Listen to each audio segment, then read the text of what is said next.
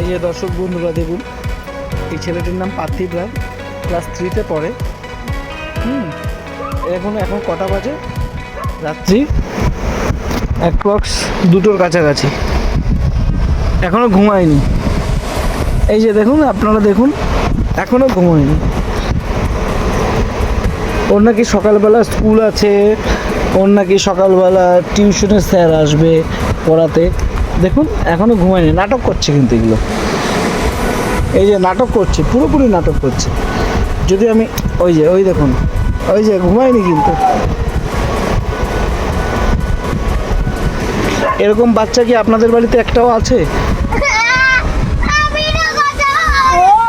দেখুন তুই কি রে, আমারে কি মেরে ফেলবি নাকি?